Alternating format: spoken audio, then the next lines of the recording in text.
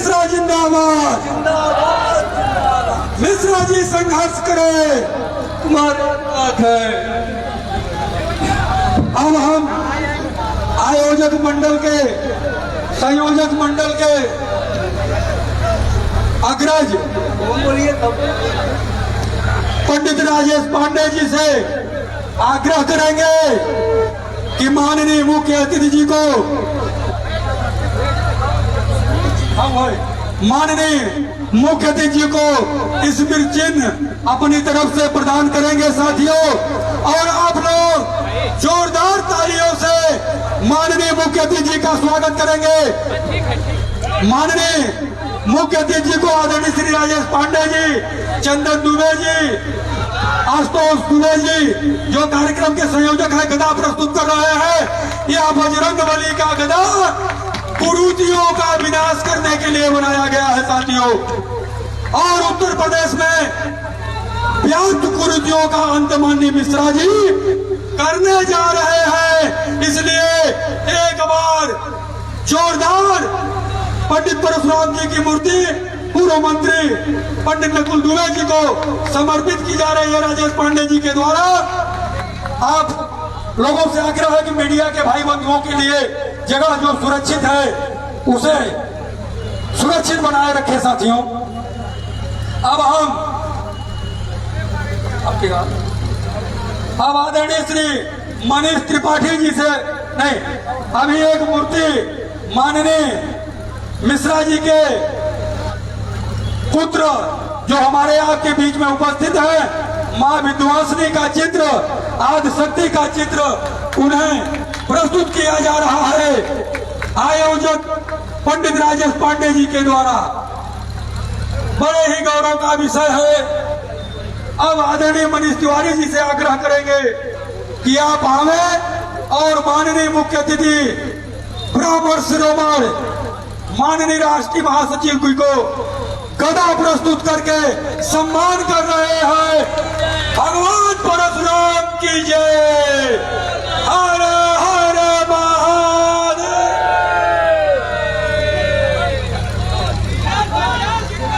अब हम भाई देवेंद्र मिश्र जी से, अभी मनीष तिवारी जी का और शायद स्मृति चिन्ह है, हमें परशुराम, भगवान परशुराम का स्टेचू पूर्व मंत्री पंडित नकुल दुबे जी को समर्पित करेंगे।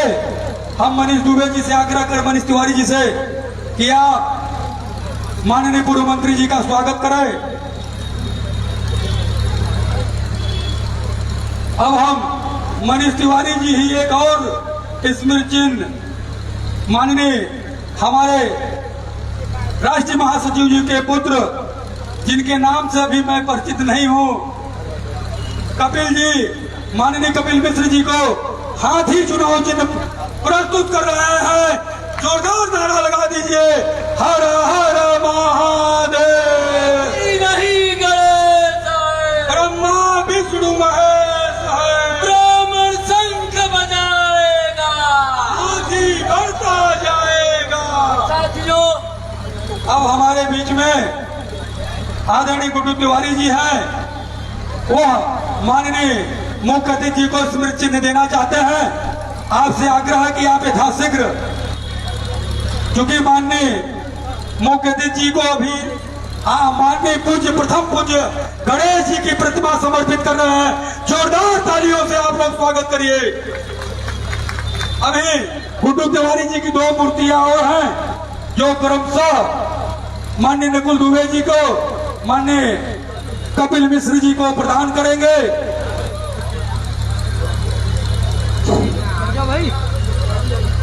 श्री अखिलेश तिवारी जी स्मृति चिन्ह प्रदान करते हुए अब मैं मझवा की प्रभारी आदरणीय श्रीमती पुष्पता बिंद जी से आग्रह करेंगे कि आप भी अपना स्मृति चिन्ह माननीय मुख्य अतिथि को समर्पित करने का काम करेंगे। समय का ध्यान देते हुए साथियों, क्योंकि माननीय मुख्य अतिथि जी का कार्यक्रम सोनभद्र की धरती पर भी लगा हुआ है। अबे हाथी चुनाव निशान, हाथी नहीं गणेश है, हाथी नहीं गणेश है। अब गंगा सागर तिवारी जी से आग्रह है कि आप भी अपने स्मृति चिन्ह के साथ माननीय मुख्य अतिथि जी का स्वागत करने का कष्ट करेंगे।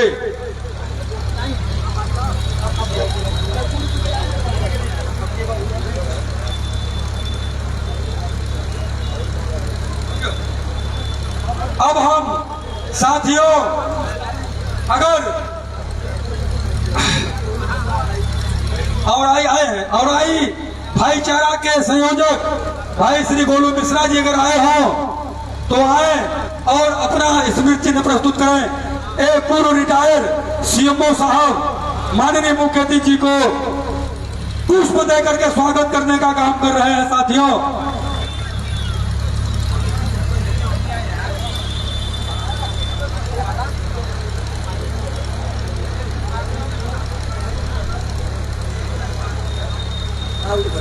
हेलो, अब साथियों मैं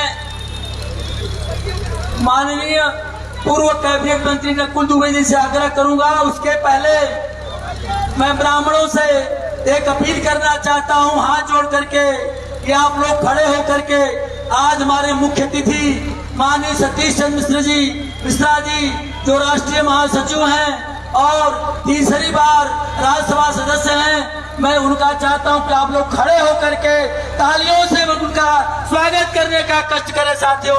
मैं ब्राह्मण भाइयों से हाथ जोड़ के अपील करता हूं साथियों। मैं अपने ब्राह्मण भाइयों से एक बात और निवेदन करना चाहता हूं। एक प्रार्थना मैं करूंगा अपने ब्राह्मण जाति के सम्मान के लिए, उनकी उन्नति के लिए, उनकी प्रगति के लिए। मैं एक जो बचपन में आप लोग प्रार्थना करते थे प्राइमरी स्कूल में, मैं उस प्रार्थना के साथ अपनी बात को समाप्त करूंगा साथियों।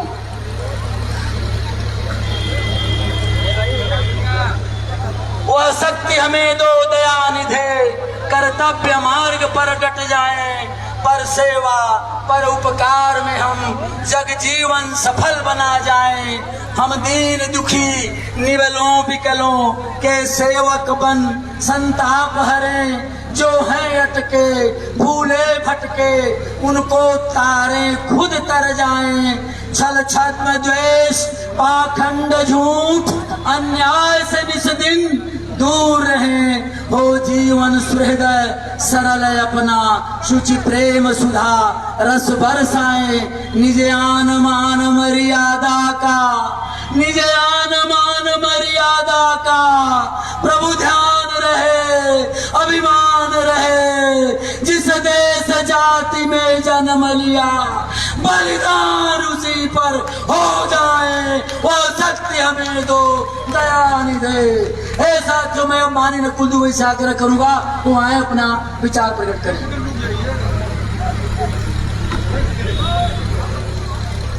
साथियों माननीय मुख्य अतिथि की एक इशारा हुआ है, वास्तव में विद्वान है। मैं उनकी वंदना पूजा करता हूँ। एक कुछ हमें आपको दे या न दे, लेकिन इतना जरूर दे दिए हैं कि आज विपक्षी भी उठवा टेक कर ब्राह्मण समाज करने के लिए मजबूर हो गया है। देखिए कितने विद्वान हैं। इन्होंने कहा कि माननीय रंगनाथ मिश्रा जी यहाँ पर बैठे हुए हैं, यह जिम्मेदारी गंगाधर दुबे और राजेश पांडे की है। लेकिन मैं इनसे वादा करता हूँ कि आपकी तरफ से, चूंकि रंगनाथ मिश्रा इस पूर्वांचल की पहचान है, उन्हें किसी वस्तु की जरूरत नहीं है। उनके चरणों की धूल लगाकर मैं उनका इस मंच पर सम्मान करता हूं।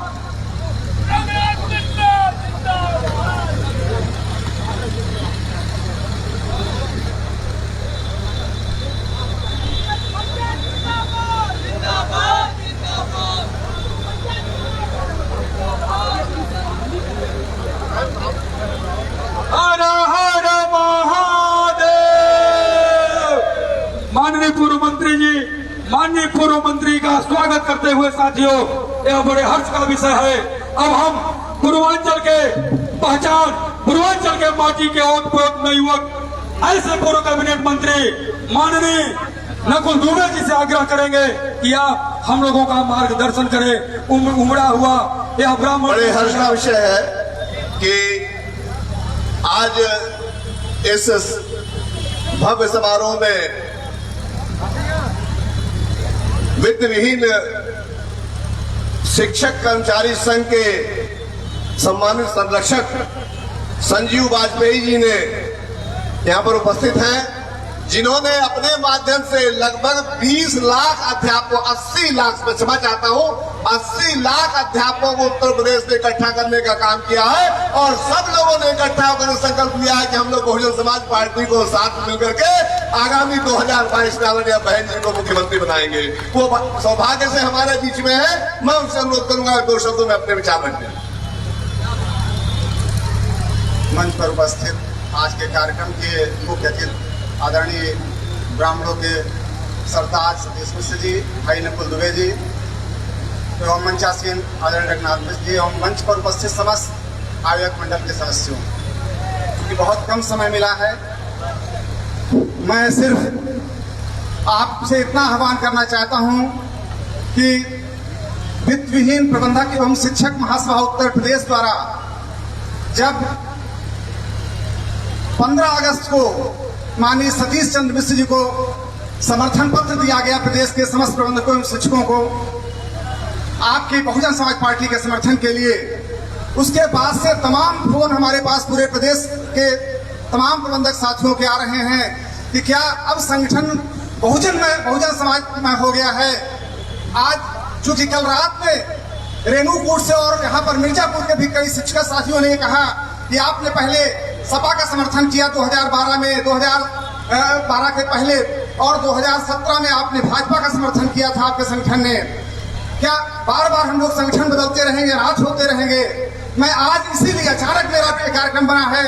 मेरा यहाँ आने का और रेणुकूट जाने का एकमात्र सिर्फ ये कार्यक्रम था, क्योंकि कई फोन आए मेरे पास यहाँ कार्यक्रम के पूर्व। मैं आपको ये बताना, मेरे बहुत से तमाम शिक्षक साथी जो हैं, प्रबंधक साथी, मैं बताना चाहता हूँ कि 2012 में हमने जब सपा सरकार को समर्थन दिया था चुनाव के पूर्व, तब माननीय मुलायम सिंह यादव जी ने आश्वासन दिया था कि हमारी सरकार बनने के बाद हम वित्त विहीन शिक्षकों को मानदेय देंगे और सेवा नियमावली बनाएंगे।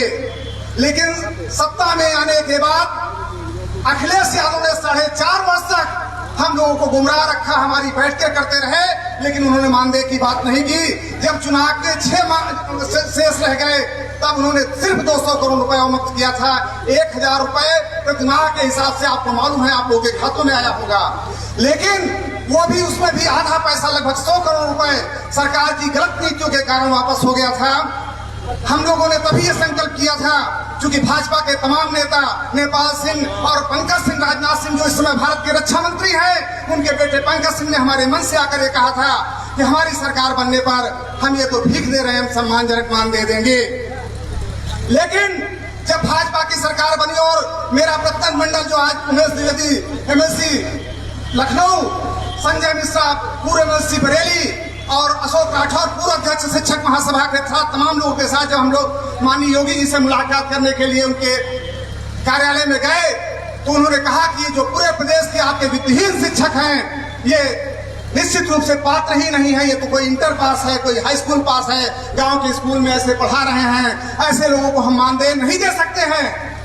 तब हम लोगों ने कहा, माननीय मुख्यमंत्री जी, आपने ये वादा किया था, आपकी पार्टी ने वादा किया था कि हमारी जब सरकार बनेगी तो इस प्रदेश के तमाम प्राइमरी से लेकर उच्च शिक्षा तक के शिक्षकों को हम सम्मानजनक मानदेय देंगे, सपा की तरह भीख नहीं देंगे।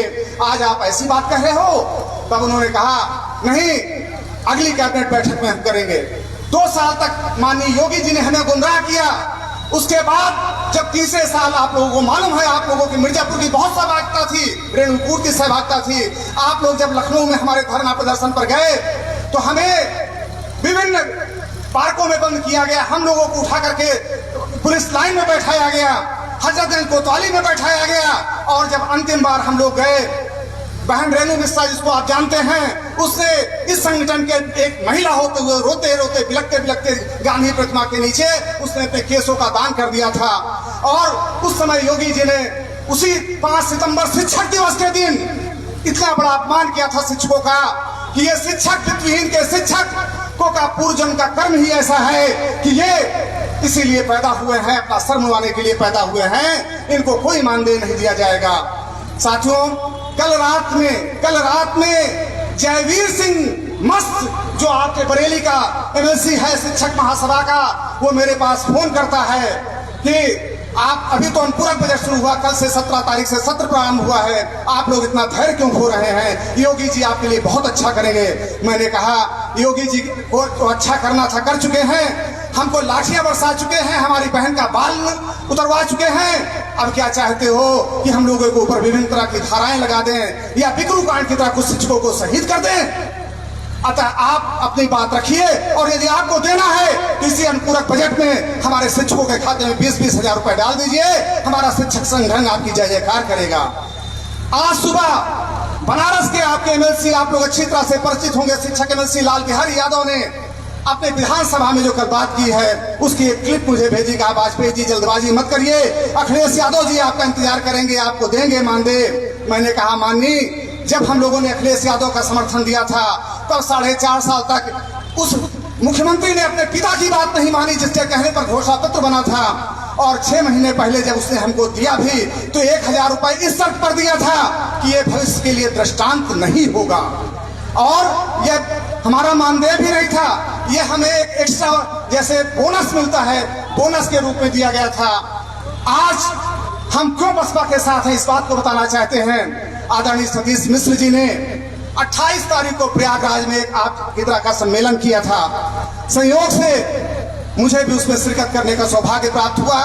मैंने व्यक्तिगत रूप से आपसे और नकल दुबे भाई से एक बात करके इस बात को विस्तृत रूप से उनके सामने रखा कि हमारे प्रबंधकों को कोई मेंटेनेंस फंड नहीं मिलता है, वित्तहीन शिक्षकों को मानदेय जो 1000 रुपए 10 माह के लिए मिला था वो भी नहीं दिया गया, और हमारे पुरानी जो हमारे सरकारी कर्मचारी हैं, सरकारी शिक्षक हैं, 2004 के बाद उनको उनकी पेंशन व्यवस्था को समाप्त कर दिया गया है। आपको खुशी होगी इस बात को जानकर, हमारे बहुत से सरकारी कर्मचारी होंगे कि इन सभी मुद्दों को आदरणीय सतीश मिश्र जी ने बहुत गंभीरता से सुना ही नहीं, उस पर चिंतन किया, और अपने कौशाम्बी कार्यक्रम के बाद पलट कर पुनः इलाहाबाद आते हैं और सर्किट हाउस में मुझको बुलाकर, मेरे संगठन के लोगों को बुलाकर विस्तृत रूप से इस पर वार्ता करते हैं, और वहीं से कहते हैं कि आपके साथ बहुत अन्याय हुआ है, अब बसपा सरकार के आने पर ऐसा अन्याय नहीं हो सकता है, आप परसों लखनऊ आ जाइए, बहन मायावती जी आपसे बात करेंगी, और बहन मायावती जी आपको इसके लिए घोषणा करेंगे कि हम सत्ता पर आने के बाद प्रदेश के 20 लाख शिक्षकों और शिक्षेतर कर्मचारियों को और ऐसा मानदेय देंगे, और मानदेय ही नहीं, हम उसको धीरे धीरे वेतन की ओर ले जाएंगे, पूर्ण वेतन की ओर ले जाएंगे, और जिससे कि करोड़ों परिवार के लोग इससे लाभान्वित हो सके और उनकी रोजी रोटी चल सके। मैं जब लखनऊ पहुंचा उसी समय आधा घंटे के अंदर माननीय सतीश मिश्र जी ने बहन मायावती से मुलाकात कराई, और बहन जी ने कहा कि जाकर प्रदेश के समस्त शिक्षक और प्रबंधक साथियों से कह दो, बहन जी जो कहती हैं वो करके दिखाती हैं, बहन जी झूठ नहीं बोलती हैं, बहन जी का कोई घोषणा पत्र नहीं होता है,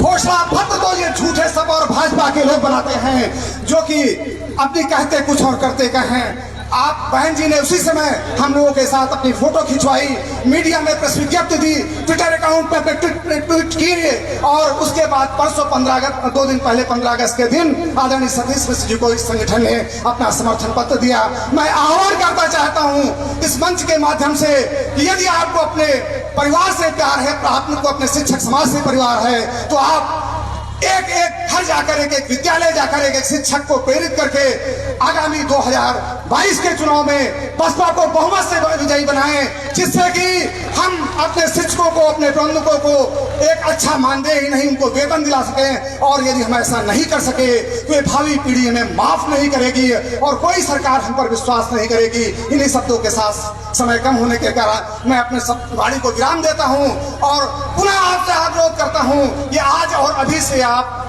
बसपा के लिए इसलिए प्रचार करिए कि उसमें आपका हित जुड़ा है, आपके परिवार का हित जुड़ा और आपके शिक्षक समाज का हित जुड़ा हुआ है। जय शिक्षक महासभा, जय हिंद, जय भारत। मेरे भक्त भाई अनिल पांडे जी यहाँ पर मौजूद है, मैं उनसे अनुरोध करूंगा प्रतीक चिन्ह जो हमारी माता का तस्वीर है वो माननीय मुकेश महोदय को जोरदार तालियां आप लोग।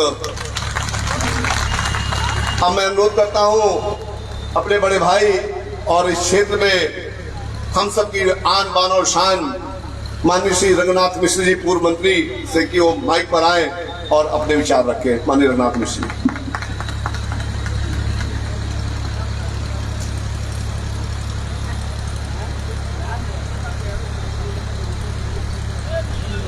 आज इस समारोह के मुख्य अतिथि राज्यसभा में बहुजन समाज पार्टी के नेता आदरणीय सतीश चंद्र मिश्रा जी, मंच पर विराजमान बहुजन समाज पार्टी सरकार में मंत्री रहे आदरणीय नकुल दुबे जी, मंचासीन पट्टी प्रतापगढ़ के विधायक पूर्व विधायक श्री राम सुरमण शुक्ला जी, दुबे जी, शिवापुरी से चुनाव लड़ चुके श्री महेंद्र पांडे जी, मंच पर उपस्थित हमारा भतीजा डॉक्टर कपिल मिश्रा, शिक्षक दल के नेता श्री वाजपेयी जी, बहुजन समाज पार्टी के सभी ब्राह्मण भाईचारा कमेटी के पदाधिकारीगण, बहुजन समाज पार्टी के सभी जिम्मेदार पदाधिकारीगण, यहाँ आए हुए सभी सम्मानित भाइयों तथा बहनों, आज हम लोग मिर्जापुर मंडल की धरती पर अपने मुख्य अतिथि ब्राह्मण समाज के अगुआ माननीय सतीश मिश्रा जी का स्वागत कर रहे हैं। हम सब यहाँ होस्ट हैं, हम सब यहाँ के नागरिक हैं, यहाँ के कार्यकर्ता हैं। इसी मिर्जापुर की धरती पर पढ़े बढ़े जनप्रतिनिधि हुए। आज गौरव का विषय है कि हमारे नेता मिश्रा जी प्रदेश के कई जिलों का दौरा करते हुए आज हम सबके बीच में उपस्थित हैं। जिस प्रकार से मैं नहीं स्वागत कर सका, आपने देखा होगा कि मैं मिश्रा जी का स्वागत नहीं कर पाया, वैसे आप में भी बहुत सारे लोग होंगे जो मिश्रा जी का स्वागत करना चाहते हैं। स्वागत होस्ट का ही जिम्मेदारी होती है, अतिथि का ही स्वागत होना चाहिए। हम सब तो यहाँ के मूल निवासी होस्ट कर रहे हैं, इसलिए जितने लोग यहाँ आए हैं, कुछ थोड़े लोगों ने गुलदस्ता भेंट करके स्वागत किया, लेकिन बहुत सारे लोग नहीं कर सके। इसलिए मैं चाहता हूं कि मिर्जापुर की धरती पर सभी ब्राह्मण समाज के लोग के साथ साथ अन्य लोग भी जो आए हैं, वो तालियों की गड़गड़ाहट के साथ जोरदार स्वागत करें मिश्रा जी का।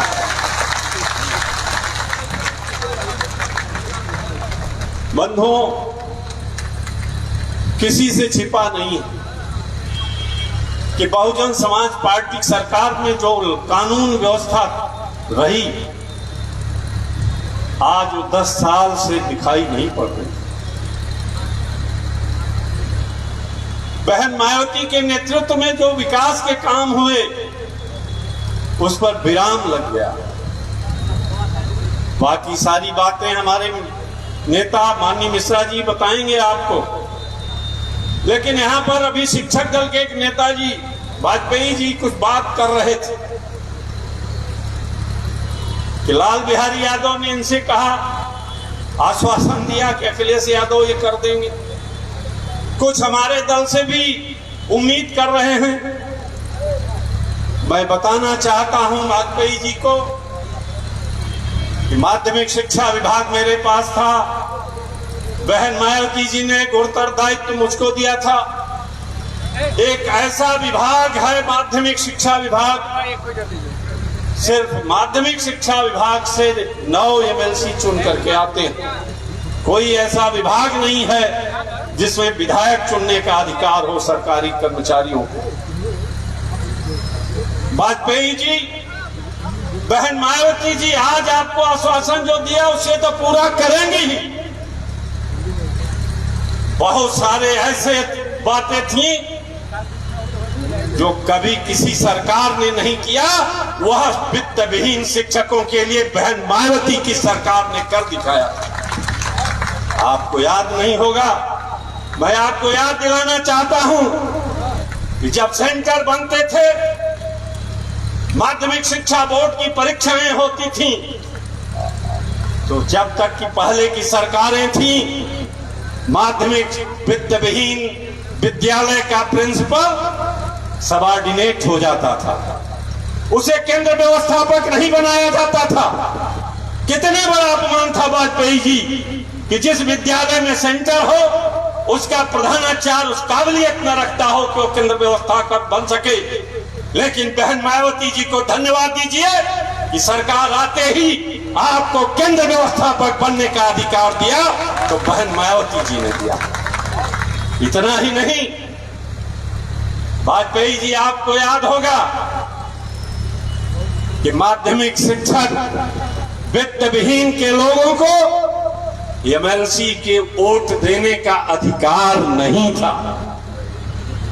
आपको याद होगा कि माध्यमिक वित्त विहीन विद्यालय के शिक्षकों को वो 9 एमएलसी जो चुने जाते थे उनको वोट देने का अधिकार नहीं था। लेकिन बधाई देना चाहिए बहन मायावती जी को, जिनकी सरकार के नेतृत्व में वित्त विहीन माध्यमिक शिक्षकों के अध्यापकों को, शिक्षकों को एफिडेविट दिया हमने कि नहीं, ये भी शिक्षक है और इन्हें भी वोट देने का अधिकार है, ये भी वोट देंगे। यह हमने एफिडेविट दिया हाई कोर्ट में, तब आप वोट देने लायक हो पाए। इतना ही नहीं, मैं मिश्रा जी से कहना चाहता हूं कि ये माध्यमिक वित्त विहीन शिक्षकों ये बहुत बड़ी जमात है, इसको बताने की जरूरत है, इसको समझाने की जरूरत है कि वास्तव में शिक्षकों की अगर हितैषी कोई है तो बहुजन समाज पार्टी की सरकार और बहुजन समाज पार्टी की नेता। आज लोग ब्राह्मणों की बात कर रहे हैं इसलिए कि मिश्रा जी चल दिए। मिश्रा जी जब तक नहीं निकले थे तब तक कोई पूछ रहा था?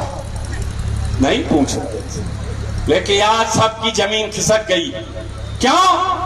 क्योंकि वो जानते हैं कि एक जमाना वो भी था जब 2007 में मिश्रा जी निकले थे तो पंडित जी साइकिल चलाते थे और दलित पीछे कैरियर पर बैठ करके वोट देने जाता था, ब्राह्मण वोट कराता था।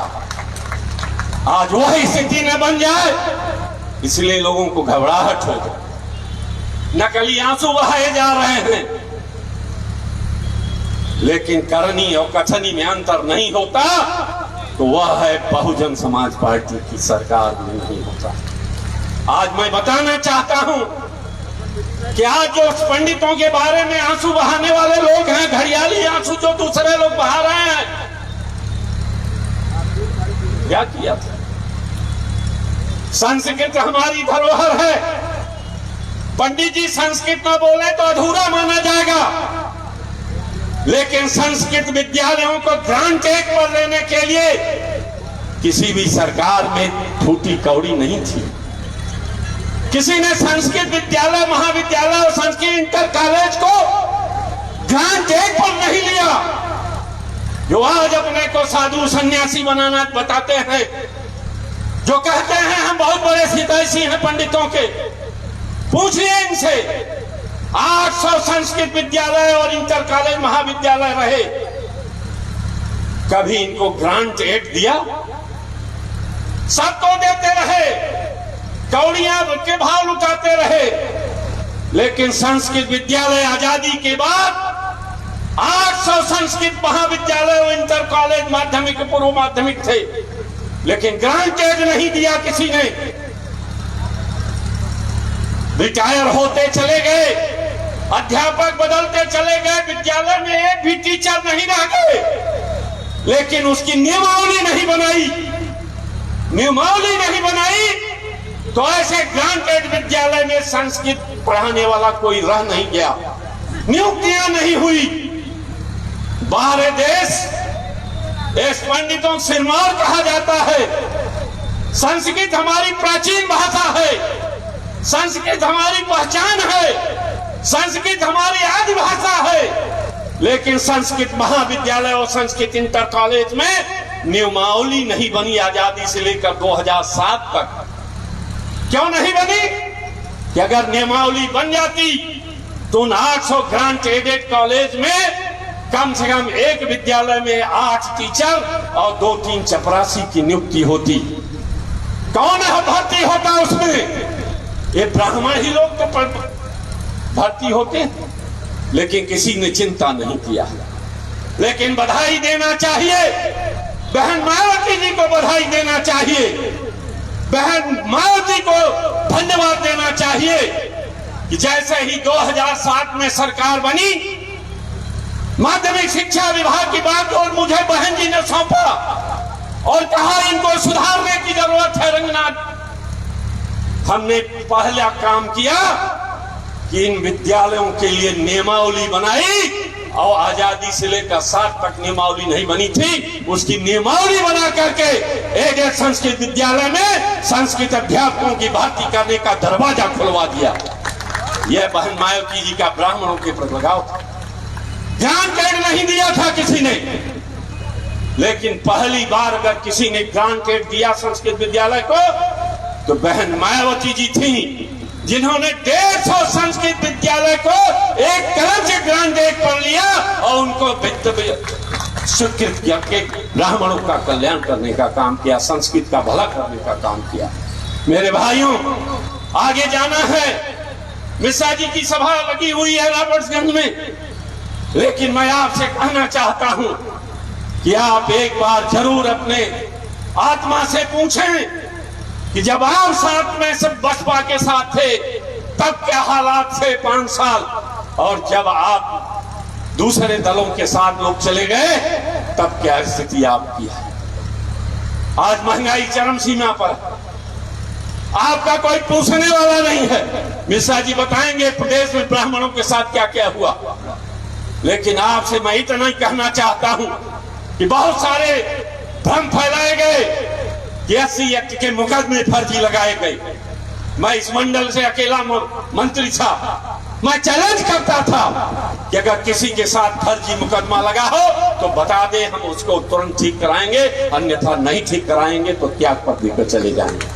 किसी ब्राह्मण के साथ, किसी सवर्ण के साथ फर्जी मुकदमा नहीं लगने दिया गया, लेकिन झूठ बहला करके बहुत फर्जी मुकदमा किया गया। आपको याद होगा कि पहली बार बहन जी सब सत्ता में आई साथ में, तो पहली बार उन्होंने एक ऑर्डिनेंस जारी किया था कि किसी भी के खिलाफ फर्जी ऐसी मुकदमा नहीं लगेंगे, पहले इसकी जांच होगी, अगर सही पाया जाएगा तभी FIR होगा, नहीं होगा। और वही सिर्फ सुप्रीम कोर्ट ने निर्णय दिया था, जिसे कि आज की सरकार ने उलट दिया और ऐसी धारा लगा दिया कि दरखास्त पढ़ते ही पहले जेल जाइए, उसके बाद तब बताइए कि आप सही हैं कि गलत है। लेकिन कौन पूछता है? आज मीडिया उनकी है, उनके लोग हैं, लेकिन इस बात को कोई चर्चा नहीं कर रहा है कि बहन मायावती जी के जमाने में एक भी फर्जी मुकदमा नहीं लग रहे हैं तो बात की सरकारों में लग रहे हैं। सरकार बदल दिया सुप्रीम कोर्ट के निर्णय को। कहां गया है आपका ब्राह्मणत्व, कहां गया है आपका स्वाभिमान? इसलिए मैं आपसे कहना चाहता हूं कि मिश्रा जी निकले हैं आपकी कार्रवाई को आगे बढ़ाने के लिए, आपके सम्मान की सुरक्षा करने के लिए। इसलिए आइए मिश्रा जी के साथ कदम से कदम मिलाकर आगे बढ़े, बहुजन समाज पार्टी को मजबूत करें। इन्हीं शब्दों के साथ जय हिंद, जय भीम, जय भारत। बहुत बहुत धन्यवाद माननीय मंत्री जी, पूर्व मंत्री जी। तो मैं मुख्य अतिथि महोदय को आपके बीच में बुलाता हूँ। कुछ जने तैयार है? बोलाई? अच्छा, 2 बात बताई दीजिए, 3 बात बता दीजिए। हमारे बहुत रिश्तेदार यहाँ खड़ा दिखाई पड़े थे, मालवीय जी लोग यहाँ पर। हम ही पूछा चाहते क्या 2017 से लेकर 2021 के बीच में भवन का अपमान भा कि नहीं भा? अब बताओ, सही बता, अपमान भा कि नहीं भा? तो अगर अपमान भावा तो बदला ले की बात नहीं ले पा, अगर बदला ले की बात तो माननीय मिश्रा जी के आगे बढ़ावा की बात नहीं बढ़ावा की बात। तो आज कुछ जना विद्वान जी का संकल्प लेके यहाँ से चाह जाए कि 2022 में जब तक के उखाड़ के हम लोग उत्तर प्रदेश के बाहर न पहुंचा दे, हम बाबा लोग अब लोग चैन से बैठने वाला नहीं है। इस संकल्प लेके चाह जाए कुछ जना। अब हम बुलाते हैं माननीय मिश्रा जी के कि कृपया माइक बनाओ, आशीर्वाद दे, संकल्प दिलाओ कि विंध्यवासिनी माई की धरती से लोग हैं, वहाँ के नौजवान वहाँ के बारे मजबूर है, जो आज यहाँ पर ये ठान कर जाएंगे वो आने वाले 2022 में करके दिखाएंगे। ये मुझे पूरा विश्वास है, क्योंकि हम वही बदले के रहने वाला है, हमें मालूम बात है। बहुत ही सब जन तैयार रह जाए, कभी जो उठा मत, कभी जो नारा मत लगाया, पूरी बात एक एक बात जो कहे सुन के जाए, संघे लेके जाए और गांव गांव घरे घरे फैला दे जाए। अब की बार अजय ठाकुर फलाने इनके हम लोग उत्तर प्रदेश से बाहर पहुंचाएगा। बोले भगवान परशुराम की, फिर से ललकार के बोलिए भगवान परशुराम की। माननीय मुख्यमंत्री महोदय,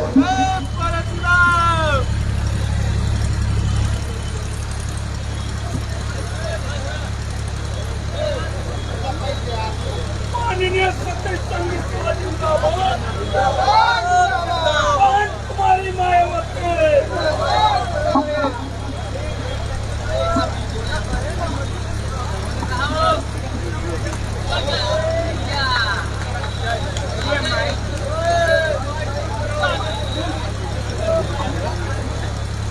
हरि ओम स्वस्ति न इंद्रो वेदसवा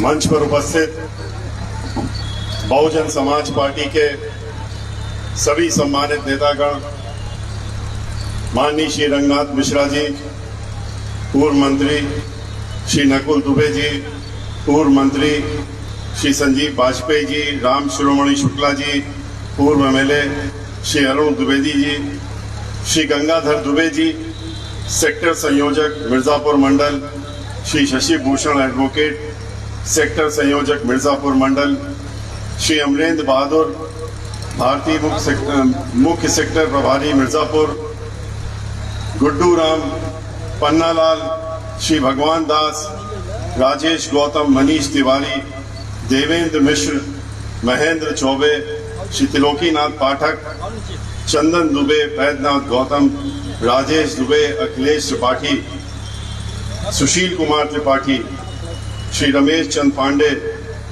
श्री बैकुंठ दुबे बदुई, श्री तुलसी पांडे तथा यहाँ पर बहुत इतने आयोजक हम लोगों के साथ में जुड़े हैं सभी लोग, और यहाँ पर आए हुए हमारे सभी साथियों, बुजुर्गों, भाइयों और बहनों, मीडिया के साथियों, भाइयों, आज हम लोग आपके बीच में जब आए हैं तो इसके पूर्व में हम लोग 30 जिले में ये गोष्ठी कर चुके हैं। ये 31वां जिला है और इसके बाद जब सोनभद्र रॉबर्ट्सगंज जाएंगे तो वो 32वां होगा। कल हम लोग वाराणसी गए थे और वाराणसी में हम लोगों ने दर्शन करने के बाद महादेव का आशीर्वाद प्राप्त करके वाराणसी की अपनी सभा की थी, और उसके बाद आज मां के दरबार में मां विंध्यवासिनी के चरणों पर अपना सर रख करके उनका आशीर्वाद प्राप्त करके आज हम आपके बीच में आए हैं। इसके पहले हमने जब अपना कार्यक्रम शुरू किया था तो अयोध्या से शुरू किया था, और 23 जुलाई को अयोध्या से हम लोगों ने प्रारंभ करते हुए फिर उसके बाद मथुरा वृंदावन गए और फिर वाराणसी होते हुए अब हम आपके बीच में आए। भाइयों, जब हम अयोध्या गए तो हमने सोचा कि ये सरकार जो कि राम मंदिर की बात करती है और राम मंदिर बनाने के नाम पर वोट भी लेती है, नोट भी लेती है, तो सबसे पहले हम वहीं पर जाकर के भगवान श्री राम का आशीर्वाद प्राप्त करते हैं और ये भी देखते हैं कि इन्होंने उस जिले में क्या क्या किया और मंदिर कहां तक बन गया है। क्योंकि हर बार हर साल ये कहते हैं अगले साल मंदिर आपको दर्शन करने के लिए उपलब्ध हो जाएगा, तो अब तो लगभग तैयार होने वाला होगा। और जब अयोध्या गए हमने दर्शन किए वहां पर, तो उसके बाद पूरे अयोध्या घूमने के बाद, रामलला के दर्शन करने के बाद, सरयू नदी में जलाभिषेक और दूध का अभिषेक करने के बाद फिर जब अपनी सभा में गए तो तब हमको ये समझ में आया कि हम अयोध्या जब गए थे तो इतने प्रश्न चिन्ह क्यों हमारे ऊपर खड़े किए गए। ये पूछा गया जैसे ही हम अयोध्या गए थे कि सतीश चंद्र मिश्रा जी यहाँ पर क्यों आए, मिश्रा जी का यहाँ पर क्या काम, अयोध्या से क्या लेना देना। ये तो बहुजन समाज पार्टी के राष्ट्रीय महासचिव, ये राज्यसभा के सांसद बहुजन समाज पार्टी से हैं, ये अयोध्या क्यों आए। मुझे कुछ अटपटा सा लगा, ये सोचकर अजीब सा लगा कि अयोध्या श्री राम की नगरी है तो क्या वहां पर हम नहीं जा सकते, वहां पर क्या किसी ने कुछ लोगों ने ठेका ले लिया है कि अब वही जिसको दर्शन कराना चाहेंगे उसके वो दर्शन कर सकता है, या वो जो जिसको कहेंगे वही जा सकता है।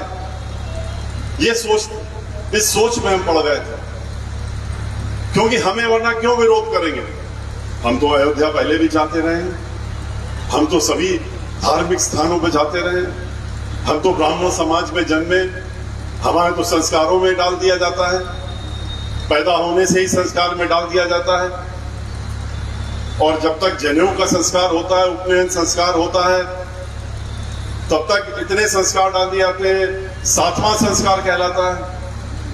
और हम लोगों को पूजा की पद्धति, भगवान श्री राम की स्तुति, भोले शंकर की स्तुति, मां दुर्गा की स्तुति, हनुमान जी की स्तुति, भगवान श्री कृष्ण की स्तुति, भगवान विष्णु की स्तुति, ये सब तो हम लोगों को बचपन में ही सिखा दिया जाता है और हटा दिया जाता है।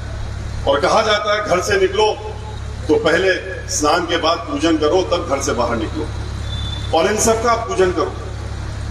गायत्री मंत्र का पाठ तो हम लोगों को उपनयन संस्कार में ही दिया जाता है और उसके बाद अधिकार दिया जाता है कि अब आप गायत्री मंत्र, क्योंकि आपने जनेऊ धारण कर लिया, अब आप गायत्री मंत्र भी पढ़ सकते हैं। पर हमको क्यों रोक रहे हैं, हम तो भगवान श्री राम की पूजा रोज करते हैं। पर बाद में समझ में आया कि क्यों रोका जा रहा था। इसलिए रोका जा रहा था कि इनकी असलियत सामने ना आ जाए। अयोध्या में जब हम गए तो हमने सोचा ये तो सोने की नगरी बन गई होगी, भगवान राम की नगरी है, दसियों हजार करोड़ रुपए तो सरकारी धन इन्होंने, आए दिन कहते हैं कि 2000 करोड़ 1000 करोड़ अयोध्या के नाम पे रुपए निकालते रहते हैं, तो वो अयोध्या में ही तो लग रहा होगा, कहीं और तो नहीं लग रहा होगा। लेकिन वहां जब गए तो अयोध्या नगरी में तो किसी भी छोटे से छोटे जिले में चले जाइए और जो सबसे खराब जिला आपको लग रहा हो, उसकी रख रखाव सबसे खराब लग रहा हो, उससे ज्यादा आपको अयोध्या की रख रखाव खराब नजर आएगा। ये इनकी असलियत थी। वो रुपया कहां गया। और उसके बाद जब मंदिर गए तो हमने सोचा मंदिर तो बन गया होगा, नहीं पूरा बन गया होगा तो आधा तो बन ही गया होगा। 1.5 साल हो गया सर्वोच्च न्यायालय का निर्णय दिए हुए, सर्वोच्च न्यायालय के निर्णय के बाद जमीन मिल गई। इन्होंने तो जमीन दिलाने में कोई योगदान नहीं दिया, भारतीय जनता पार्टी ने। इनकी तो 5 साल की उत्तर प्रदेश की सरकार, 5 साल की केंद्र की सरकार, केंद्र में जो चाहते हैं वो कानून पास करा लेते हैं। किसानों के ऊपर जो कानून पास कराया जोर जबरदस्ती से, वो सबने देखा। तो भगवान श्री राम के मंदिर के लिए, वहां के लिए कानून क्यों नहीं बनाया? क्योंकि इनकी इच्छा नहीं थी। ये चाहते नहीं है कि मंदिर बने, और मंदिर बन जाएगा तो इनके वोट की राजनीति खत्म हो जाएगी। इनको इसी बात का अफसोस है कि सर्वोच्च न्यायालय ने यह निर्णय क्यों दे दिया अभी निर्णय नहीं आता तो इनकी राजनीति और गर्म रहती। जब निर्णय हो गया तो उसके बाद भी देखिए 1.5 साल हो गया, 1.5 साल सन 93 से रुपया इकट्ठा कर रहे हैं मंदिर के नाम पे। देशों से विदेशों से प्रदेश से लाखों करोड़ रुपया इकट्ठा किया इन्होंने पिछले सन 93 से लेकर आज तक कि राम मंदिर बनाएंगे। वो रुपया कहां गया?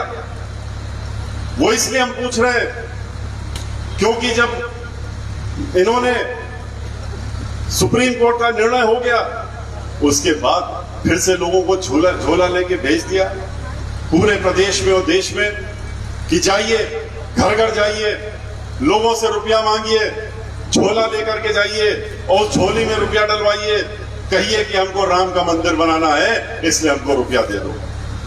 10,000 करोड़ से ज्यादा रुपया इन्होंने फिर से इकट्ठा कर लिया राम मंदिर के नाम पे जब से निर्णय आया। लेकिन वहां पर क्या हुआ? वहां तो कुछ भी नहीं, वहां कोई चीज नजर हमको नहीं आई। भगवान राम का मंदिर तो छोड़िए, वहां तो जमीन में अभी काम भी शुरू नहीं हुआ। न्यू छोड़िए, न्यू बनना छोड़िए, न्यू बनाने के लिए शुरुआत भी नहीं हुई है। हुआ है तो सिर्फ एक ही काम हुआ है। 1 साल पहले 5 अगस्त को 2020 को सिर्फ एक बड़ा भारी कार्यक्रम हुआ, आयोजन हुआ और उस आयोजन में 250 करोड़ रुपए से ज्यादा खर्च कर दिए गए। और उसमें भी क्या किया गया? लोगों को भ्रम में रखा गया कि वहां भूमि पूजन हो रहा है, वहां न्यू पूजन हो रहा है और अब तो मंदिर शुरू हो जाएगा। ना भूमि पूजन हुआ, ना न्यू पूजन हुआ।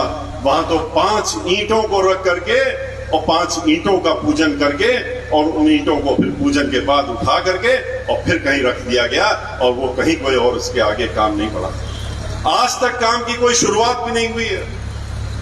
तो फिर ये रुपया कहां गया? किसके लिए रुपया इकट्ठा कर रहे थे तुम? ये इनको जवाब देना पड़ेगा। आज पूरा उत्तर प्रदेश इनसे जवाब मांग रहा है। ब्राह्मण समाज खास तौर से मांगने का काम कर रहा है क्योंकि उसकी आस्था जुड़ी हुई है और उससे उन्होंने धर्म के नाम पर वोट मांगने का काम किया था। वो पूछ रहा है कि हमको क्यों छला, क्यों ठगा, और नहीं ठगा है तो बताने का काम करो। दो चीजें बताने का काम करो।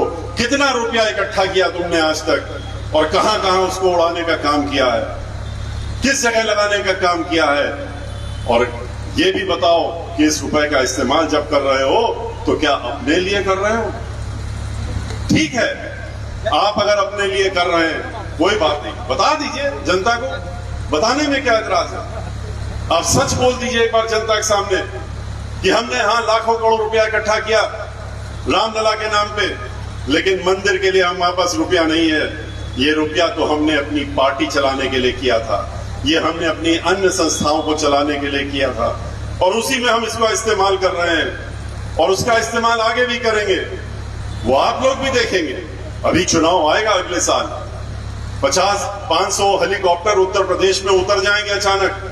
भारतीय जनता पार्टी के छोटे छोटे नेताओं को भी लेके उड़ने के लिए और घूमने के लिए हजारों की संख्या में उनके मोबाइल वैन हर जिले में घूमने लगेंगे। ये सब कहां से आएगा?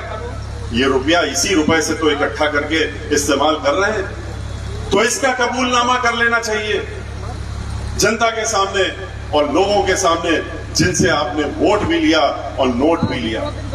ये वो भारतीय जनता पार्टी की सरकार है जिसने अपनी सरकार बनाने का ही काम झूठे वादों पे किया, झूठे दिलासों पे किया। 15 लाख रुपए हर एक के खाते में डाल देंगे, हर एक के खाते में 15 लाख रुपया आ जाएगा, हमारी सरकार बनवा दो।